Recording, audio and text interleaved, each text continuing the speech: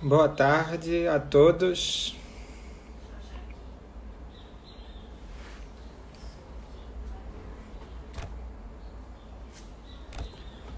Boa tarde a todos que estão chegando para a nossa transmissão, nossa primeira live do Lar de Maria. Bem-vindos. É com muita alegria que estamos aqui utilizando mais este recurso. 17 horas. Esperar o Getúlio acessar, também entrar para poder enviar o convite e a gente iniciar os nossos trabalhos. Pronto, Getúlio entrou. Vou enviar o convite.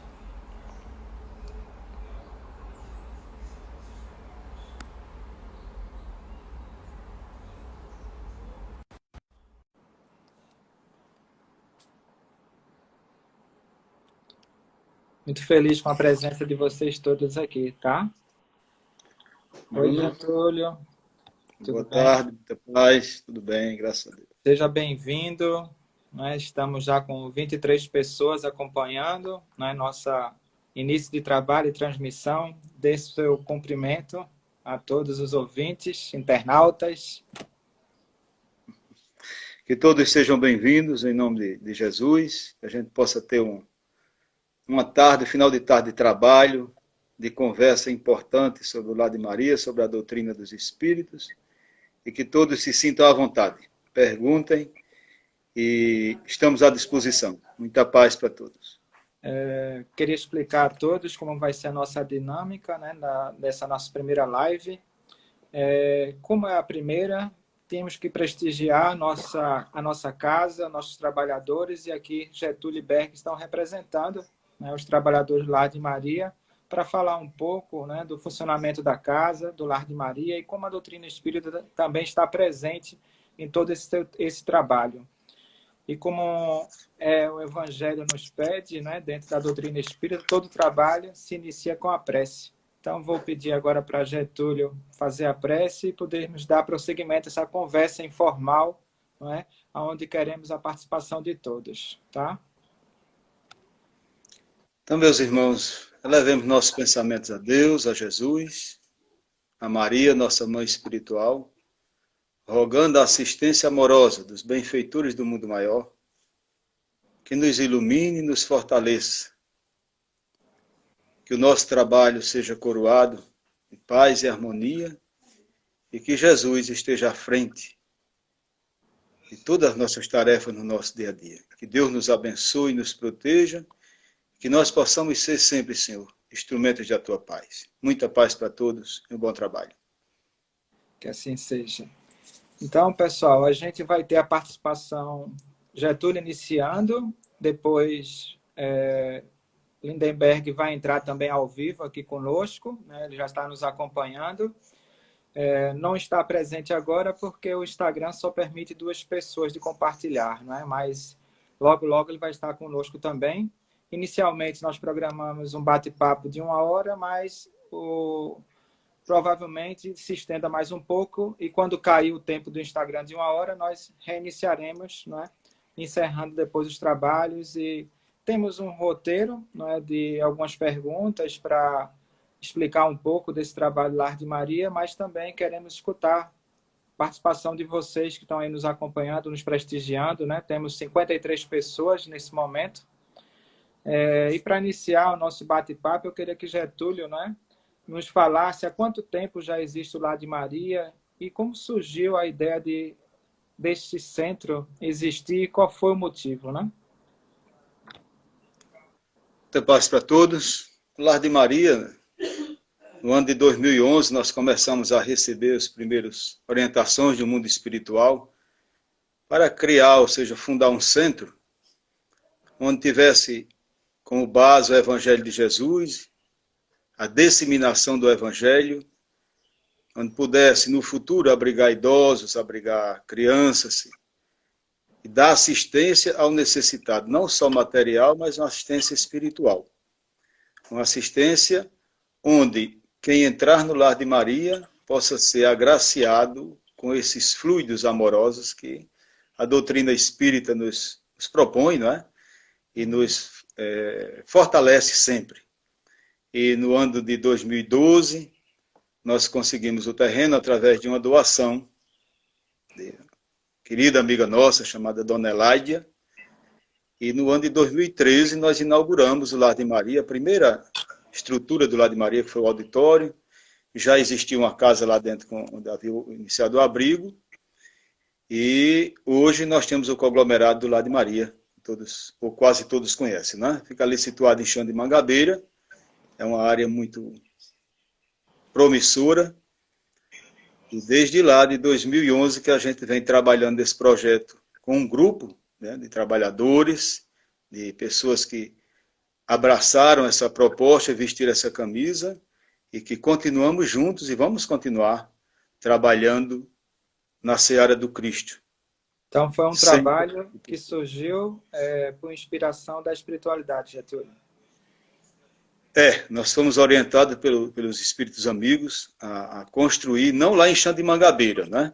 Mas que a gente procurasse um ambiente para construir um centro que havia necessidade de divulgação do Evangelho de Jesus em áreas mais carentes. Então essa senhora surgiu e nos doou aquele terreno, estrategicamente, entre várias igrejas que tem ali, são 5 igrejas, o Lar de Maria está situado no meio das 5 igrejas, né? E cravado dentro da natureza, bruta, como se diz. E o Lar de Maria hoje é uma beleza realmente, é um patrimônio da espiritualidade aqui na Terra. Que maravilha, né? E hoje o Lar de Maria ele já cresceu e tem outras casas afiliadas, né, Getúlio? Quais são essas casas afiliadas que fazem parte do Lar de Maria? O Lar de Maria, quando nós inauguramos, recebemos orientação também espiritual para que o Evangelho de Jesus fosse levado a outros pontos, ou seja, saísse das paredes do Lar de Maria e fosse levado a outras áreas. E isso nós fomos encampando ao Lar de Maria como uma espécie de um guarda-chuva, um grande guarda-chuva, né? Primeiro entrou o Núcleo Espírita Francisco de Assis, que está situado aqui no sertão, no Cariri da Paraíba, né? Aqui onde eu estou agora, onde a gente atende lá mais de 100 famílias e pessoas com necessidade de portadores de especiais, doenças especiais, são 47, atendemos as crianças, trabalho de divulgação do Evangelho. Depois nós assumimos para o Lar de Maria o trabalho do lixão, que já existia também, depois vamos falar um pouco sobre esse trabalho. E lá na Vila Botafogo nós fundamos o Núcleo Espírita Mensageiros da Luz. Em seguida, nós recebemos a orientação para reconstruir a Fraternidade Cristã Viadantes da Luz, ali em Caixa d'Água. Depois nós encampamos o Taperinha de Jesus, que fica ali em Casa Forte, e o Núcleo de Estudos Espíritas Irmã Judite, que fica em Ouro Preto. E, além desse trabalho, nós temos o Lixão, que é um grande trabalho, e a Casa de Luzia, que fica ali na Torre. Então, são as instituições que compõem o Lar de Maria hoje, né? E que continua divulgando o Evangelho onde eles vão chegando. E existe proposta para mais 2 instituições, era para esse ano, mas com as limitações do problema da Covid-19, nós tivemos que adiar, que é mais uma instituição em Ouro Preto, no Embrião, e outra no R2, no Ibura.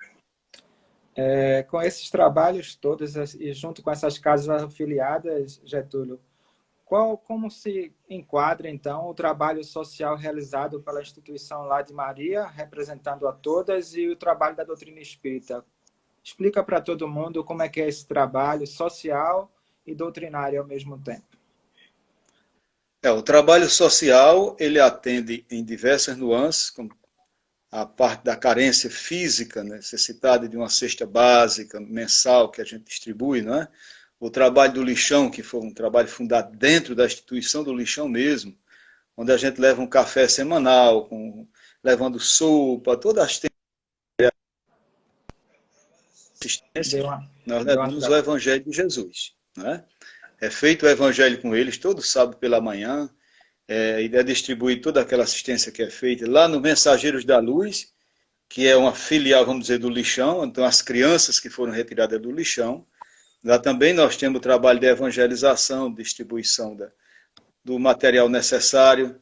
Além disso, existe uma equipe toda que trabalha com apoio com essas crianças, crianças que há 16 a 15 anos foram tiradas do lixão, que hoje já estão trabalhando na instituição, evangelizando, outros estão fazendo curso superior, de modo que esse trabalho avançou não só a parte de evangelização, mas também muito no social. Lá no Viadantes da Luz, também nós temos o trabalho de evangelização da mãe e das crianças, e também toda a parte social. O Taperinha de Jesus também é feita a mesma assistência com mães carentes, são mais de 100 famílias, né? Então, todas essas instituições, mesmo durante o período de pandemia, nós continuamos assistindo com cestas básicas na residência das pessoas. Eles não ficaram sem assistência. E o trabalho de evangelização, por enquanto, nas instituições estão suspensas, pelo motivo que já falamos, mas o Lar de Maria continua atendendo essas famílias dentro do necessário e dentro das carências dela, do que a gente pode fazer, de acordo com o que está disponível no momento. Então, se a gente fosse somatizar um pouco essa parte social, a gente hoje trabalha atendendo quantas cestas básicas por mês, Getúlio? A gente distribui em torno de 600 cestas básicas por mês, né? Esse mês chegou a 500 cestas aproximadamente. E trabalhamos também com toda a área, o Núcleo Lar de Maria tem área de assistência às necessitadas, às gestantes. O Lixão tem um grupo que trabalha com gestantes, tá? Todas as casas têm esse trabalho com gestantes, que a gente atende, evangelizando, e elas vão preparando o próprio enxoval. Com as doações que a gente recebe, vai montando esse enxoval. Além disso aí, a parte de evangelização das crianças, que é muito importante, em todas essas casas, com exceção do Taperinha de Jesus, porque lá nós não temos criança, mas as demais assistem crianças carentes, né? E é levado sempre como base o Evangelho. Essas crianças são, além de tratadas como crianças normais, porque elas são normais, né? Elas têm uma outra visão de vida, que às vezes no ambiente que eles vivem não tem essa visão, tá certo? Os orientadores, os evangelizadores, vamos chamar assim, eles trabalham trazendo uma visão diferente para ele, do que seja uma família, do que seja uma instituição religiosa, entendeu? O conceito do estudo, a necessidade do estudo, a prática do bem e da caridade. Então, todas essas atividades nós tentamos desenvolver, claro, com limitações, né? Mas o que a gente pode fazer está sendo feito para assistir essas pessoas. Quer dizer que com esse momento os trabalhos estão interditados, né? Como você falou, em termos de funcionamento da casa fisicamente, mas quais trabalhos nós hoje estamos realizando em termos de tratamento à distância, né? Da desobsessão, que as pessoas sempre têm interesse em fazer parte do tratamento, e a parte social, como é que o pessoal também pode continuar ajudando, Getúlio? Explica um pouco isso aí para a gente. O Lar de Maria, fisicamente, ele está fechado, né? Mas nós temos lá dentro o abrigo de portadores de necessidades especiais que continua funcionando, e um abrigo de idosos, com alguns idosos lá também continua funcionando. As cestas básicas, como falei, estão sendo entregues nas residências das pessoas. O Lar de Maria não parou, está usando toda a tecnologia disponível para que a gente faça o evangelho diariamente, né? Nós temos vários grupos usando as redes sociais para essa finalidade, no Instagram, WhatsApp, tudo isso. E nós estamos fazendo trabalho diariamente. Os trabalhos de tratamento à distância estão ocorrendo também no domingo, na terça-feira, né? Aqueles horários específicos. Trabalhadores estão em vários pontos, concentrados, orando naquelas horas, desenvolvendo esse trabalho. Como também nós temos atendido diversas pessoas que entram em contato com a gente pela rede social que existe disponível. O Lar de Maria não está parado. Fisicamente os portões estão fechados, mas nós temos um trabalho grande sendo desenvolvido, onde diariamente reúne mais de 100 grupos estudando, né, o Evangelho de Jesus. O trabalho é interessantíssimo, inclusive aqui no Francisco de Assis, em Gujão, hoje nós temos várias pessoas participando também, e diversas pessoas de outros países participam com a gente. Veja como se estendeu, né, o Evangelho de Jesus. Mesmo nesse período de pandemia, nós temos pessoas em São Paulo, pessoas na Alemanha, nos Estados Unidos, que estão nos grupos com a gente, participando. E vários estados do Brasil também estão sendo atendidas. Então, o Lar de Maria cresceu, esticou os braços dela, ou seja, o ramo dela, e foi levar o evangelho a outras instâncias. Pessoas aqui em fazendas, aqui nos sítios de Gujão, que estão participando também, que nunca tiveram direito a isso. Então, nós estamos trazendo de um momento difícil da humanidade solução, ou seja, soluções para atender outras pessoas que precisavam, não só no centro, mas fora das paredes do centro, obedecendo àquela ideia inicial que os espíritos trouxeram, que a gente deveria exteriorizar, ou seja, levar o evangelho fora dos muros do Lar de Maria. Que maravilha, Getúlio. Quem conhece, já teve a satisfação de conhecer o Lar de Maria, sabe que a natureza está muito presente lá, não é? E dentro desses ensinamentos de Jesus e o Lar de Maria especificamente, como a natureza contribui e faz parte lá dos trabalhos, Getúlio?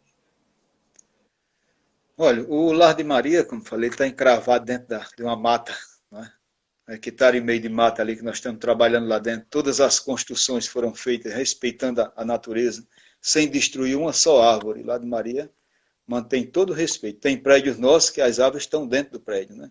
Para ninguém tirar a natureza. Os trabalhos de fluidoterapia, nós trabalhamos constantemente, eles exigem bastante doação de fluidos de ectoplasma, e a natureza é provedora disso daí. Então, o Lar de Maria, além da beleza dos jardins, que quem não conhece, quiser conhecer, estará disponível, não está no momento, mas vai estar disponível, né? É muito conservado, é uma coisa muito bonita. A gente convive com a natureza, é como se estivesse em outro mundo, em outro planeta, quando entra ali. É uma sensação diferenciada. As pessoas que nunca foram lá, quando entra a primeira vez, sentem a presença viva do Evangelho do Cristo ali, através da natureza, a natureza viva realmente. Não há subterfúgio. Você pode participar, você pode ir para os jardins. Lá nós temos as plantas que são conservadas dos jardins, mas temos também as árvores que estão dando frutos. E esses frutos são aproveitados para os abrigos, são aproveitados para fazer o suco das nossas mães, quando elas estão frequentando, que é feito um café da manhã semanalmente lá do Lar de Maria com elas. Então, a natureza está presente em todos os pontos ali. Nós temos lá dentro a fauna e a flora presente. E agora o humano lá dentro, convivendo com isso e preservando. Nós não permitimos no Lar de Maria que seja destruído, vou repetir, nenhuma árvore, nem tampouco que alguém chegue lá para ideias preconcebidas, implantar ali um prédio, por exemplo, para retirar alguma coisa. Não. O Lar de Maria é natureza viva. O Lar de Maria não tem portas. Todos têm acesso e todos devem construir o projeto do Cristo, que é viver em paz, respeitando a natureza, respeitando o amor, levando o evangelho através da natureza. Não há nada mais belo do que você ver uma flor daquela, brota daquelas flores, os pássaros ali, os saguins, tudo que passa por ali. É uma beleza. É um cantinho do céu. Lembrando a todos que estão nos acompanhando, agradecendo mais uma vez a presença de estar aqui nossa primeira live do Lar de Maria. Getúlio está no interior da Paraíba, então às vezes o sinal dele dá uma congeladazinha, mas a tecnologia possibilita essa proximidade, a gente está fazendo essa live, iniciar esse trabalho, levar mais um pouco desse evangelho que Jesus está tanto ressaltando, né? Então a gente queria também abrir para vocês fazerem algumas perguntas, tá? Fique à vontade, se quiserem perguntar algo, participar. Como Getúlio disse, o Lar de Maria é aberto a todos e na rede social não seria diferente, né? Se quiserem perguntar algo específico, se a gente puder ajudar. Lembrando que a nossa rede social no Facebook é Núcleo Lar de Maria, o endereço. No Instagram é o que vocês já estão acompanhando, né? Em breve estaremos lançando o nosso site, que vai ser www.nelardemaria.com.br. E temos nosso grupo de WhatsApp e de Telegram, onde temos Evangelho Diário, sua dose de motivação. Então, Getúlio ressaltou muito que todo o trabalho da doutrina espírita está baseado no Evangelho. E esse evangelho, falar nisso, Getúlio, tão importante para todos nós, né? As redes sociais, o pessoal sempre pergunta para alguma mensagem, né, de psicografia. Essa semana passada nós divulgamos duas, né, que foram foram acolhidas aí pelos nossos médios da psicografia, né? E eu queria saber o que é que você pode deixar também, né, para esse momento de isolamento que vai contra a natureza do ser humano, né, um ser social, deixar de otimismo, né? Como Jesus nos disse, né? Se tem de bons ânimos, né? Queria escutar um pouco de ti, dessa mensagem de esperança para todos nós. Ok, Bruno. Com relação à psicografia, lá de Maria nós já trabalhamos um período, precisamos interromper por conta de estrutura física mesmo para acolher as pessoas e a gente está aguardando orientação para recomeçar. Então, no momento, nós trabalhamos psicografia mais isolada, mais orientações espirituais, mas o trabalho ao público ainda não está aberto. Mas mais à frente, com certeza, teremos esse trabalho. As cartas que virão, né, para as pessoas e também as cartas de orientação trazidas pelos espíritos. O Lar de Maria, como falei, é uma instituição que vive e sobrevive das cotas de doações. Queria deixar claro que as pessoas que quiserem cooperar com o Lar de Maria, nós recebemos todos os tipos de doação, de roupas, de alimento, doações nas contas particulares aí que o Bruno está passando para vocês, né? Está disponível. Então, o Lar de Maria, ele sobrevive e repassa tudo que é transmitido para ele, ou seja, doado, é passado para as comunidades, tá certo? Se alguém quiser e puder ajudar o Lar de Maria, fique à vontade. Nós somos abertos a qualquer tipo de doação, a gente vai receber isso aí. Quanto a uma mensagem, Bruno, para o momento atual, nós não devemos desesperar, meus irmãos. Jesus é nosso mestre e Senhor. Ele diz no Evangelho: estarei convosco todos os dias, até a consumação dos séculos. Então, esse momento de experiência, de aprendizado para todos nós todos vamos sair renovados. Claro que alguns de irmãos nossos estão sendo sacrificados, né? Estão desencarnando de alguma forma, outros estão sofrendo sem assistência. Mas isso faz parte dessa época, esse período que nós estamos vivendo. A confiança em Jesus, a certeza que os Espíritos estão nos assistindo incansavelmente, diariamente, é uma promessa do próprio Cristo. Estarei convosco todos os dias até a consumação dos séculos, até a gente se tornar espírito puro, até a gente convergir para um ponto do bem. A doutrina dos espíritos é uma doutrina esclarecedora. E, acima de tudo, ela nos consola. Ela é o consolador prometido. Então, esse momento de dificuldade, para todos nós, né? Nós vivemos numa condição humana. É preciso que, neste instante, a gente tenha certeza, porque acreditar é pouco, que o Cristo está entre nós. Nós estamos fortalecidos, mas precisamos fazer nossa parte. Tomar todo o cuidado possível. Se responsabilizar pela nossa vida, mas também pela vida dos outros que estão ao nosso lado. É muito importante que cada um assuma seu papel. Eu não tenho que tomar conta de A ou de B. É você que vai tomar conta de você e dos outros, ajudando, aconselhando, confortando, né? Esclarecendo sem impor nada a ninguém. Porque a doutrina dos espíritos não é impositiva, ela é expositiva. Nós expomos para os outros através das nossas atitudes.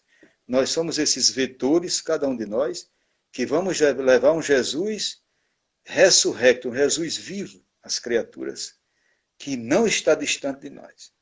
Ah, porque Deus não abandona ninguém, Deus é amor e é Pai Criador. Então se fortaleça, se você está sozinho em casa, né? Está se sentindo muito preso, faz uma ligação para alguém, conversa com um amigo seu, ou até, quem sabe, com o inimigo também, né? Se existir. Dá uma palavra de conforto para o outro. Não se sinta Principalmente, sozinho. né? Não. Principalmente com... Nesse momento, tem pessoas doentes em casa que não estão doentes, estão sós. Hoje eu atendi 5 casos aqui. Eu estou no sertão da Paraíba, mas o Zap não para, graças a Deus. Então são várias pessoas precisando de ajuda e nós podemos ajudar. Nós não podemos ir visitar, não podemos ir ao hospital, não é? Temos nossas limitações. Mas podemos falar. Nós não podemos pedir uma mamãe que vá ao lado de Maria buscar uma cesta básica, mas nós podemos levar a cesta básica à casa dela sem esse contato mais próximo. Então, se a gente pode levar uma cesta básica, por que não levar uma palavra de conforto? Deus é amor. Jesus é vida para todos nós, é nosso conselheiro maior. É o Espírito mais puro que habitou entre nós, mas que não nos deixou. Ele, quando está naquela cerimônia belíssima, né, com os apóstolos, que diz assim, eu vos dou um novo mandamento, que vos ameis uns aos outros como eu vos tenho amado. Então essas palavras nos levam além dos nossos pensamentos, das nossas limitações. É verdade que vai ter dia que a gente está mais fraco um pouquinho, mas pega o Evangelho nessa hora. Se você não tem o Evangelho, vai lá no WhatsApp, aliás, no programa desse, baixa o Evangelho, lê. Leia esses livros que vão confortar a gente. É preciso que a gente tenha certeza que o Cristo está entre nós. E às vezes alguém me diz assim, ah, Getúlio, porque a minha fé é fraca. Não, a fé não é fraca, não. Nós estamos disponíveis para isso aí. A semente da fé foi plantada. Ela é regada todos os dias. Compreendendo que nem tudo que nós vamos pedir, nós vamos receber como estamos pedindo. Mas da maneira que nós precisamos receber. O Lar de Maria abre suas portas para divulgar essa mensagem linda do Evangelho de Jesus. Vocês não estão só. Eu estarei convosco todos os dias. Maria abre suas mãos, dadivosas sobre todos nós, não é? E não estranhe se você sonhar, se você se encontrar, se você sentir um perfume diferente junto de você, que seja a presença dos enviados de Maria. Com certeza eles estão lá para lhe ajudar. Fortaleça, meus irmãos. O Cristo está conosco. Ele não nos abandonou. Esse momento é de aprendizado para a humanidade. Não é de escravização, mas é de libertação de todos nós. De fortalecimento. Quantos de nós não tínhamos a oportunidade de viver com a nossa família? E agora estamos vivendo. Não é? Logo, logo isso passa e a gente retoma os trabalhos do Lar de Maria e os trabalhos paralelos também.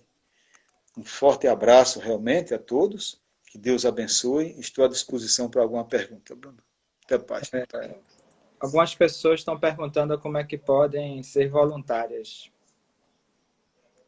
Olha, o Lar de Maria, quando reabrir, né, nós vamos precisar de voluntários, principalmente a área de serviço social, a área médica, né?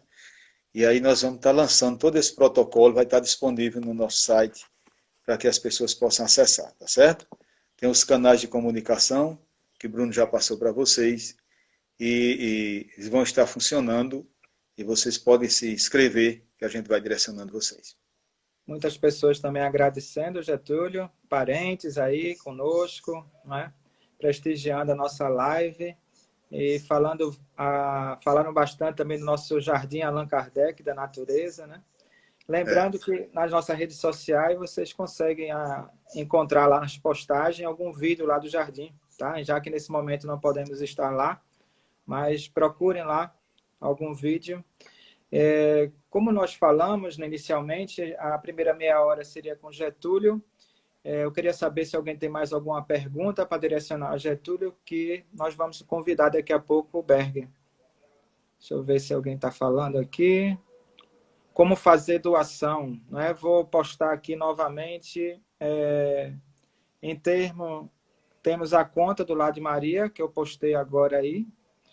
E temos também o Irmã Judite, né? Que toda terça-feira nós temos o plantão da cesta básica, que recebemos, né, material de limpeza, material, alimentos não perecíveis, álcool em gel, máscara. Então, todo esse material que a gente está recebendo, né, a gente está montando os kits, né, com um trabalho grande de doadores, né, que o seu João também ajuda com o Laércio, né, e fazemos essa entrega a todos aqueles cadastrados que Getúlio já informou, né, durante sua fala. Alguém quer fazer mais alguma pergunta? Onde colocamos nomes para assistência à distância nesse período de pandemia? Vocês podem enviar na rede social mesmo que a gente coloca, tá, gente? Pode, tanto pelo Facebook como Instagram. As redes sociais deveria mais acabar, mesmo como voltar, né? Quem sabe, Sérgio Sobrinho falou que o evangelho na rede social deveria continuar, não é? Mas essa, Bruno, é uma proposta da gente, que continue os grupos, viu? Dentro do que a gente puder, não é? Mas eu queria fazer uma observação, Bruno, o seguinte: se alguém for fazer doação na conta, o nome é Lar Nova Esperança, porque o Lar de Maria é o segundo nome, tá certo? Então, se alguém entrar lá e encontrar Lar Nova Esperança, é o mesmo Lar de Maria, não tem problema nenhum. Paulinho está aqui na rede falando para ele que eles sempre cobravam a live nossa. Paulinho, é para você também essa live, viu? Perguntaram também quando o trabalho do lixão volta. Aí segue o que você falou, né? O lixão nós estamos montando ainda, né? Não tem um prazo certo ainda não. Nós estamos indo uma vez por mês ao lixão, entregar as cestas básicas e depois retornamos. Não tem um trabalho definido ainda. Mesma coisa no Mensageiro da Luz, né? Hoje nós estamos fazendo essa entrega a algumas famílias do Viadantes da Luz.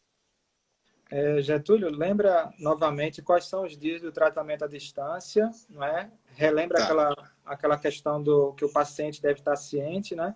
E os dias de tratamento de desobsessão, por favor. Tratamento à distância, toda terça, domingo, aliás, e terça-feira, das 18 às 18h30. O paciente, a pessoa que for fazer seu tratamento, deve estar em casa, não se alimentar com carne vermelha, né? Se preparar, fazer uma boa leitura do Evangelho antes disso, não ficar vendo filmes pesados, entendeu? Ter um dia mais em paz, ali, harmonia. Então, nesse horário, ele se concentra no quarto dele, faz a prece, ou lê o Evangelho, pode dormir, não tem problema nenhum, coloca uma garrafa com água junto da cama e repousa. Não fica acordado esperando os espíritos chegar, não. Se quiser ficar, fica, mas não tem essa ansiedade, porque às vezes quando ele chega a gente nem nota, não é? Mas se sentir um perfume, um cheiro diferente, um odor diferente, né, gostoso, é a presença deles. Não tenham medo, não tenhamos medo dos espíritos. Eles não fazem medo a ninguém, porque somos nós mesmos, não é? Os bons espíritos que estão vindo trabalhar. E futuramente nós estaremos nessa condição de desencarnados também. A desobsessão é feita na segunda-feira, às 8 da noite, de 8 a 8h30, e na quinta também, de 8 a 8h30 da noite. O mesmo procedimento, faz suas preces, e as pessoas que pedem ajuda, se você está com esse nome, você pode ler na sua casa e fica em prece. Não vejam televisão nesse horário. Se isolem no quarto de vocês ou um ambiente onde vocês estejam propícios para receber toda essa ajuda. Nós, os trabalhadores, vamos estar em nossas casas, trabalhando como se estivéssemos no centro, tá certo? Alguém já me perguntou isso aí, como é que vocês fazem? Não, cada trabalhador se prepara com a prece, durante todo o dia, né? À noite se prepara com a prece, o evangelho, depois deita e se desdobra, é feito um trabalho de desdobramento, onde nós vamos assistir as pessoas, junto com os espíritos. E os outros dias nós temos o estudo do evangelho, que o Bruno já falou aí, de 8h30 às 9 da noite, diariamente. É uma dose de Jesus para todos nós, todos os dias. Inclusive aqui, no Francisco de Assis, aqui em Gujão, é a única casa onde nós temos um horário diferenciado, por conta dos trabalhos aqui. É de 7h30 às 8h20. Toda noite, todos os dias, nós temos esse trabalho no Francisco de Assis aqui, que atende as fazendas, os sítios, as pessoas que moram fora da cidade. É um trabalho de divulgação bem interessante. Numa cidade eminentemente católica e protestante, mas o Francisco de Assis está estabelecido aí há 17 anos, foi uma guerra muito grande que nós tivemos, eles estiveram com a gente, né, para a gente não implantar o centro, mas graças a Deus hoje nós temos uma boa convivência com a igreja protestante, com a igreja católica, os pastores, o padre, são amigos nossos, onde a gente tem um bom intercâmbio. No início, como repito, foi muito difícil, né? Os 3 primeiros anos foi muita tentativa da gente não implantar o centro, mas graças a Deus funcionou. Queria só dar uma ênfase sobre o trabalho do lixão, né, que é um trabalho que ocorre há 17 anos, que foi concebido por vias mediúnicas. Né? O trabalho do lixão, pessoal, foi conseguido por via mediúnica. Os espíritos nos ditaram todo o trabalho e depois de 2 meses foi que eles indicaram qual era o lixão. Tá certo?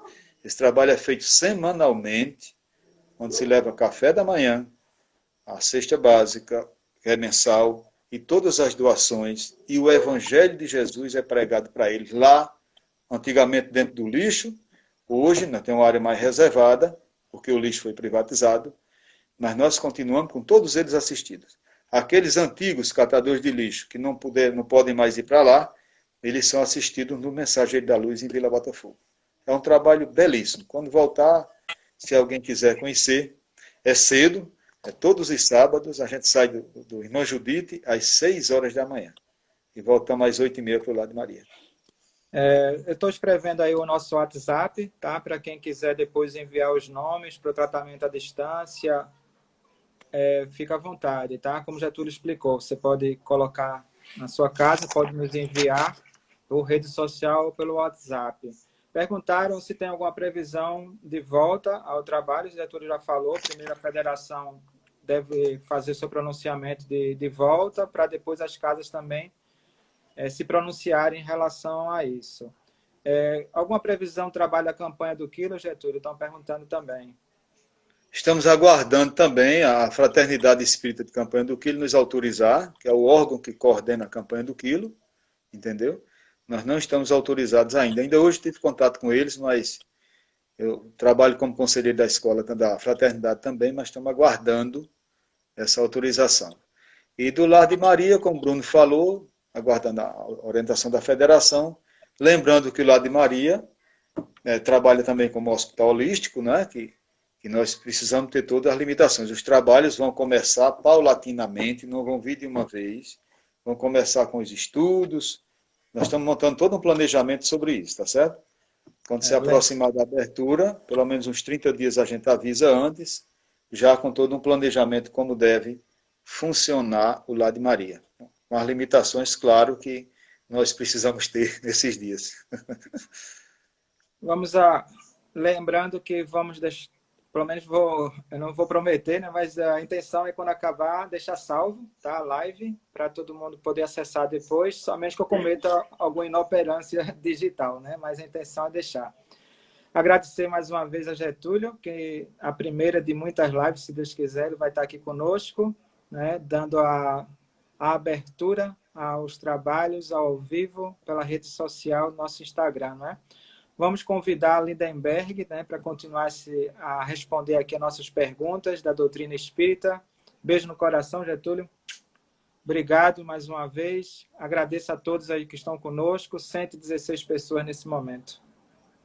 Que Deus abençoe a todos. Muito obrigado. Peço desculpas por algumas falhas que tenha cometido, mas como a gente está iniciando, está aprendendo, né, Bruno? Isso é importante. É a primeira live da gente, de uma série. Espero.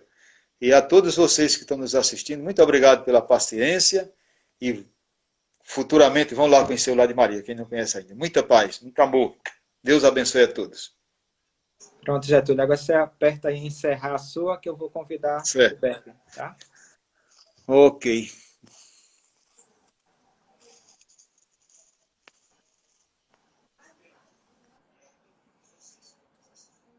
Vamos convidar agora a Berger. Pronto, convite enviado.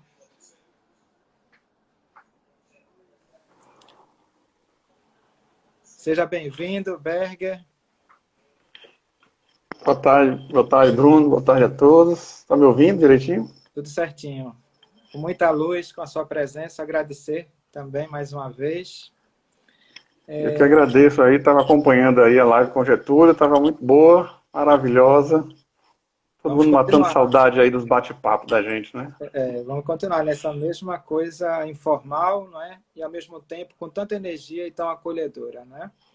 Com certeza. Berger, qual é a base dos ensinamentos da doutrina espírita, né? Como se inicia, como é que eu posso dizer assim, agora eu vou ser espírita, né? Nos explica aí um pouco isso aí.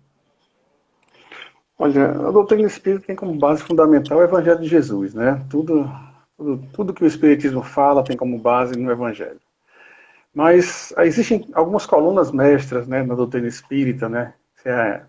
São 5 as mais conhecidas, todo espírita conhece isso, né? Que é a existência de Deus, a imortalidade da alma, essa possibilidade da comunicação que existe entre o mundo material e o mundo espiritual, né?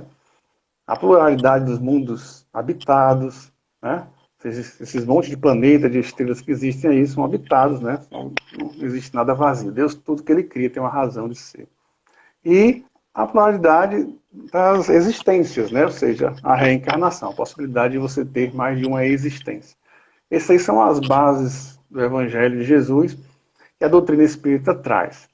Para começarmos a doutrina espírita, é estudar, né? Frequentar o centro, fazer um tratamento espiritual, começar a conhecer a doutrina pelos 2 livros principais que a gente recomenda, que é o Livro dos Espíritos, né? Que é a base filosófica da doutrina espírita, e também o Evangelho segundo o Espiritismo, né?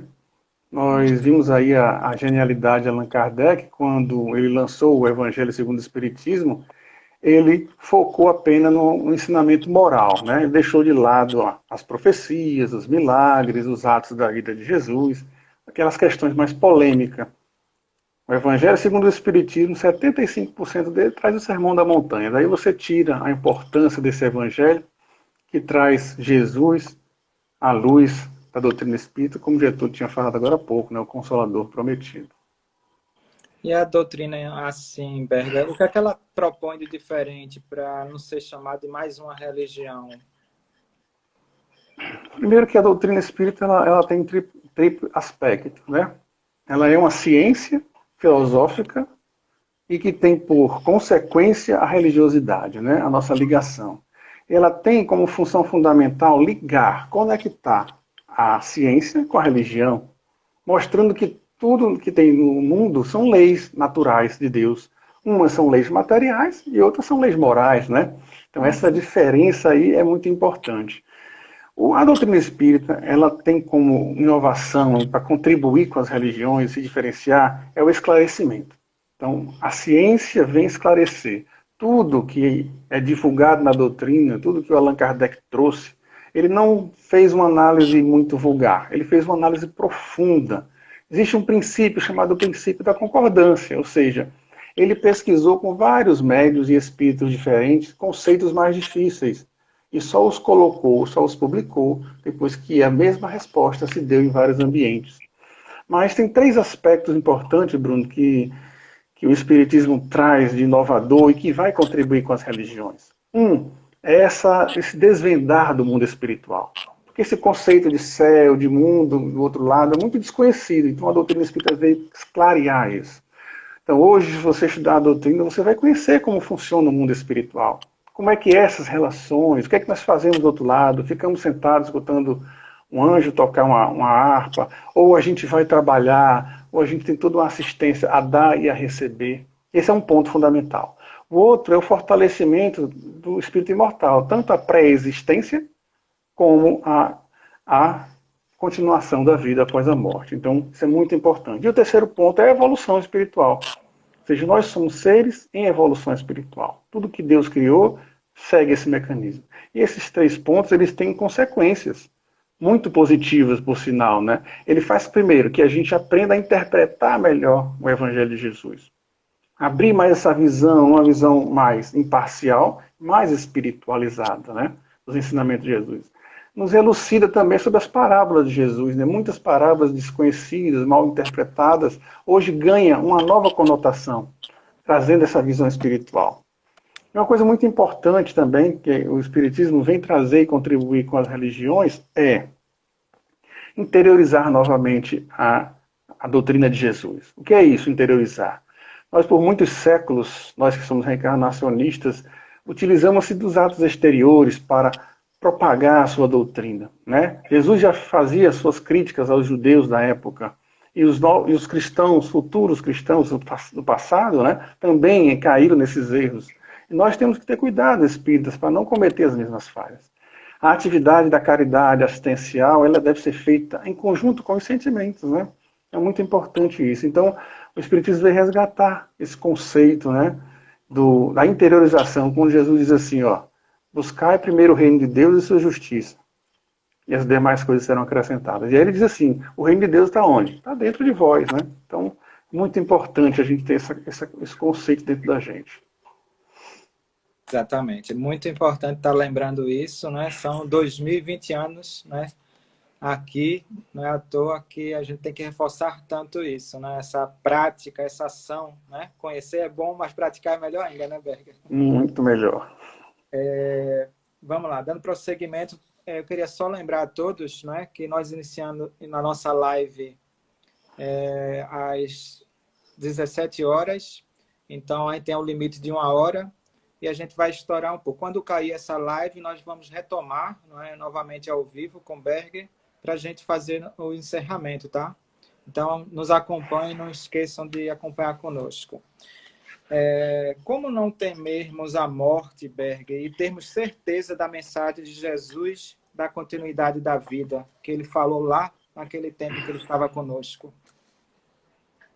Olha, a própria ressurreição do Cristo é a grande prova, né, de que a vida continua. Né? Jesus ressurgiu, e mais do que isso, né, o próprio Novo Testamento fala lá que ele apareceu para 500 pessoas. Então, a prova mais contundente do que essa não há. Né? Allan Kardec vem e ratifica isso através da entrevista com os espíritos, né, mostrando que essa vida continua. E não só continua, mas tem outras existências, né, outras relações. E para ratificar isso, o próprio Paulo de Tarso, na carta aos Coríntios, ele fala, né? Há corpos celestes, há corpos terrestres, semeando corpo psíquico, ressuscitando o corpo espiritual. Está lá na carta aos Coríntios, ele fala sobre isso. Ou seja, a morte não existe, né? O que existe é a continuidade. Deus nos criou em algum momento no passado, ainda não conhecemos bem isso profundamente, para toda a eternidade. Somos seres imortais. Podemos ter certeza disso. E a ressurreição de Jesus é a maior prova disso tudo. Porque ele veio dar esse testemunho para que outros também possam acreditar nisso. Eu vejo dessa forma, Bruno. Certo, com certeza. E a doutrina espírita, né? Eu acho que mesmo quem não é espírita já ouviu falar da tal da reforma íntima, né? Então, quando se fala em reforma íntima, por que o espiritismo tem que ter a reforma íntima? Boa pergunta, Bruno. Tem algumas pessoas que ficam assistindo palestra de novo, vai falar de reforma íntima de novo, né? Mas é o seguinte... atual, então, né? Então, nós não somos os seres espirituais, imortais. Nós não necessitamos evoluir, como diz os conceitos básicos da doutrina, a evolução espiritual. Então, como é que nós evoluímos? É mudando, fazendo uma mudança em nós.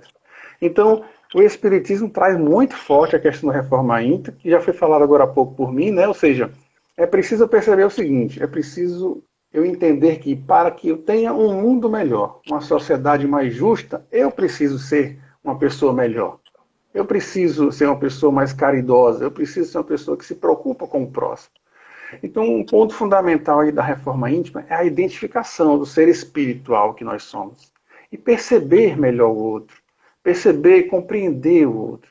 Então, quando a gente adere à doutrina espírita, né, a gente precisa ainda fazer a conversão. Uma coisa é a adesão, a conversão é o batismo, é quando eu começo a mudar o meu comportamento, começo a ter atitude diferente com meus familiares, começo a ser mais paciente, mais tolerante, né, começo a desenvolver virtudes e corrigir falhas, né? Esse processo da reforma íntima é um processo natural, né? Eu acho que nós, quando começamos lá no Espiritismo, no começo, que é aquela vigilância exagerada, há uma atenção, mas depois a gente vai amadurecendo, vai percebendo que a gente se conhecer aos poucos melhor, né? Vamos se conhecer. Santo Agostinho falava sobre isso, né? Todo dia ele fazia uma revisão, então a gente precisa se conhecer melhor. É muito importante se conhecer. Então essa reforma nada mais é do que começar a ser uma pessoa melhor hoje do que ontem, mas não melhor que os outros, né? Precisa ser melhor que eu mesmo, né? Então, quando a gente olha no espelho da vida, para 3 anos atrás, 4 anos, será que eu melhorei alguma coisa? E a gente vai descobrir isso, né, se a gente fizer essa autoanálise, né? É um tema profundo, é um tema que a gente tem que estar trabalhando para vencer as más tendências, né? E a gente sabe quais são as nossas más tendências, é só a gente observar, né? Aquelas pessoas mais próximas, a gente sempre vai nos dizer, olha, tu é assim, tu é assado. É importante isso para a gente mudar, né? confiar que Jesus está conosco nesse processo de mudança. Nós não estamos sós. É muito É importante. verdade. A humildade, né, é o início de tudo, né? A humildade de reconhecer, né, que precisamos sempre estar em constante mudança, né, para avançarmos, para progredirmos. Que aquele que acorda e não acha que pode melhorar ainda um pouco mais, né? Então, é isso mesmo. Bem Sendo lembrado, assim, Bruno. Bem lembrado da questão da humildade, porque a simplicidade ela é a base de todas as virtudes, né? É daí onde começa tudo. O Evangelho fala assim, olha, a caridade não pode ser feita sem a humildade, né? Ou seja, a doação de si mesmo. Nós estamos nesse processo de aprendizado dessa humildade. Estamos trabalhando para isso. Berger, como permanecermos no caminho da retidão e sendo um homem e mulher de bem? Olha. Pergunta de 1 milhão aí, me explique. Quem souber que diga, né? Olha, tem a ver com a reforma íntima, mas uma frase que vem forte na mente da gente é vigiar e orar constantemente, né? Porque retidão é sinceridade consigo mesmo, mas nós vamos cair, nós vamos cometer falhas, nós vamos errar, nós vamos se exceder de vez em quando. E é nesse processo da reforma e da sinceridade para conosco mesmo que nós vamos começar a buscar esse caminho. Você falou homem de bem, mulher de bem, né? O capítulo 17 do Evangelho segundo o Espiritismo trata sobre isso. Eu não sei quantos parágrafos tem, uns 17, 20 parágrafos, mas um parágrafo daquele é super difícil da gente cumprir, né? É dificílimo. Por quê? Porque é um ser integral, é um ser novo que surge. Então essa é a nossa meta, né? Atingir esse objetivo, né? Mas uma coisa importante que eu gostaria de lembrar, lá no Evangelho de João, Jesus, quando está iniciando a sua missão, ele vai lá no poço de Jacó, onde uma samaritana está lá colhendo água no poço. Jesus conversa com a samaritana. Nas tradições judaicas não podia conversar com a samaritana porque eram pessoas de má vida. Mas olha que interessante, Jesus não só conversa com ela, mas Jesus oferece a ela uma água onde ela nunca mais terá sede.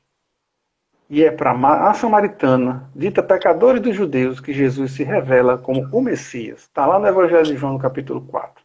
Então, para mim, isso é muito profundo para todos nós, né? Por que Jesus faz isso? Ele mudou o caminho, porque os judeus a rodeavam, davam quilômetros a mais para não ter que cruzar a Samaria. Mas Jesus foi em direção a Samaria, e para uma samaritana, uma mulher considerada de má vida pelos judeus, ele revela o seu messianato. Isso é profundo para a gente entender essa questão da discriminação, dos preconceitos. Então o cristianismo veio quebrar os preconceitos. Precisamos respeitar as pessoas como elas são. Então, para ter um caminho de retidão, eu preciso compreender isso. Eu não sou melhor que ninguém, ninguém está à margem da sociedade, pelo menos para Deus não. Pode estar para os homens, mas para Deus não está. Todos fazem parte desse rebanho. E Jesus confirma isso quando ele diz o quê? Nenhuma das minhas ovelhas se perderão. Então, essa certeza de que Jesus, o nosso tutor, né, está cuidando da gente, está nos ajudando e nunca vai nos abandonar. Nunca mesmo. Então, é um caminho difícil, é um caminho de renúncia, de sacrifício, né, para a gente alcançar essa retidão. Mas não vamos exigir tanto da gente para não fazer a auto-obsessão. Vamos devagarzinho, caminhando, se corrigindo. Um ajuda a levantar, o outro ajuda a levantar. Uma hora eu ajudo, outra hora eu sou ajudado. E aí a gente vai caminhando juntos, né, uma comunidade cristã, que agora não tem mais questão geográfica, né? Pelo mundo virtual agora nós estamos podendo se falar. E é muito importante divulgar o Evangelho de Jesus, mas principalmente com as nossas atitudes, né? Fundamental. Toda vez que a gente fala a palavra retidão, além do nosso mestre, nosso guia e modelo Jesus, na doutrina espírita a gente vai lembrar de Allan Kardec, né? Allan Kardec ele era uma pessoa caridosa, né? Na sua biografia temos vários exemplos da caridade que ele já exercia, né? Inclusive no filme, né? Demonstrou isso. Exato. Mas a palavra que sempre atribuem a ele, inclusive lá no dia do seu desencarne, no seu velório, foi a palavra justo, né? Então, eu acho que a gente, além de querer ser bom, que para uma sociedade, entre aspas, ser bom é fácil, mas ser justo é muito difícil. Eu queria que tu falasse um pouco essa questão de ser justo, não é? Olha, essa questão de ser justo vem daquele conceito que está no Evangelho do dever moral, né? O dever moral ele é muito importante. É aquilo, se Se eu não fizer, ninguém vai reclamar, e se eu fizer, ninguém vai aplaudir. Então, cabe a mim, que tenho dentro de mim a consciência, porque Deus colocou em nós as suas leis na nossa consciência, eu ter esse dever de ser justo. Ou seja, eu estou sozinho aqui, vou jogar um papel no chão, vou tratar mal uma pessoa, não importa quem está vendo. Eu tenho essa consciência de que, para eu construir um mundo melhor, ele precisa começar em mim esse mundo melhor. E ser justo é ser reto, né? Você lembrou bem, nessa retidão de buscar o melhor. E para isso a gente precisa renunciar, porque a sociedade vai nos favorecer a deixar para lá, né? As pessoas às vezes falam do jeitinho brasileiro. Eu acho que nós brasileiros temos que acabar com esse jeitinho brasileiro. O que é certo. Vamos perder às vezes? Vamos, mas faz parte da vida, né? Então, Allan Kardec foi essa pessoa muito justa, né? Foi um bom senso encarnado também, ou seja, ele foi o equilíbrio das ideias. Então, é para a gente uma referência muito grande o Allan Kardec. Não é à toa que ele codificou a doutrina. Então, o dever moral está acima dos outros deveres. Lembrando a todos, né, que a pouco vai cair a live e a gente vai voltar para fazer a continuidade e encerramento, tá, pessoal? Surgiu a pergunta, né, também sobre a pandemia e vamos formulando ela melhor, Berger. Como a doutrina espírita, em um momento como este de pandemia, ela explica e consola, já que é conhecida como um consolador, né? Uhum.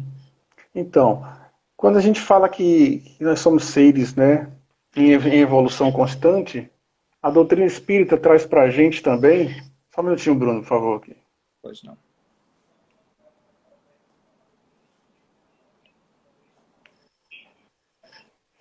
Teve um probleminha aqui no celular.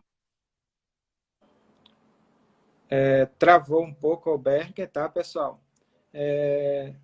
Como daqui a pouco a live vai estar encerrando, devido ao tempo do Instagram, nós vamos voltar e tentar o contato novamente com o Berger para explicar.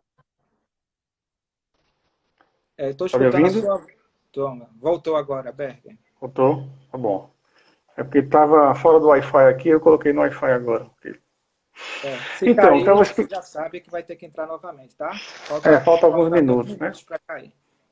Bom, daqui a 2 minutos a gente continua a resposta, tá bom, pessoal? Vocês voltam. Então, eu estava começando a dizer o seguinte. Essa resposta é difícil respondê-la de forma curta, Bruno. Eu vou tentar resumir um pouquinho, aí você pode me ajudar a completar também. O planeta Terra, ele está no segundo estágio de evolução, segundo a pedagogia espírita, né? Primeiro, mais atrasado, o mundo dos primitivos, segundo, o mundo de provas e expiações. Então, o processo de transformação e de evolução, ele sofre mudanças, né? Tanto físicas como morais. Então, nós temos no capítulo 6 lá do livro, a parte terceira do livro dos Espíritos, falando sobre a lei da destruição. O que é a lei da destruição? É uma lei da transformação, da renovação das coisas. Então, tanto há a renovação física como a renovação moral. Então, a pandemia que nós estamos vivendo agora, esse processo de hoje, é um processo de transformação moral. Está lá nos flagelos lá desse mesmo capítulo, explicando essas questões todas dessa transformação moral. E cabe a nós compreender isso de uma forma, lógico, intelectiva, mas também emocional, né? Compreender que não estamos sós. Essa transformação não é feita sem programação, não é feita de qualquer jeito. Jesus e todos os seus ministros, seus tutores, estão junto de nós, nos ajudando nesse processo de transformação. E como nós espíritas sabemos que somos imortais, né, não morremos. Então, quando há morte física, o espírito continua vivo. Mas nós precisamos, como foi dito na primeira parte da live, né, sobre a questão da consolação. Nosso papel como espírita, como cristão, é ir até o nosso irmão, auxiliar ele, dar assistência, e eu acho que a gente pode falar isso quando voltar a falar um pouquinho sobre o que está sendo feito nos bastidores, pelas redes sociais, por vários grupos de pessoas, na Ave Maria. Falar um pouco sobre isso, pois não, Bruno? Faltam 35 segundos agora para encerrar essa etapa, mas vamos voltar ainda para concluir algumas perguntas dos nossos internautas e você também deixar a mensagem de final ainda, viu, Berger? Vamos só esperar o Certo. Eu tempo. não sei se foi concluída a resposta, Bruno. Se você quiser, você pode reforçar aí alguma parte dessa pergunta que eu não posso ter respondido, tá? Não, a gente volta ainda comentando essa parte ainda, né, da Tá pandemia. certo. Eu vou Ok. pedir a todos que entrem novamente para a gente fazer as últimas perguntas, não é? Responder algumas questões. Está encerrando agora. Você vai me chamar de novo, né?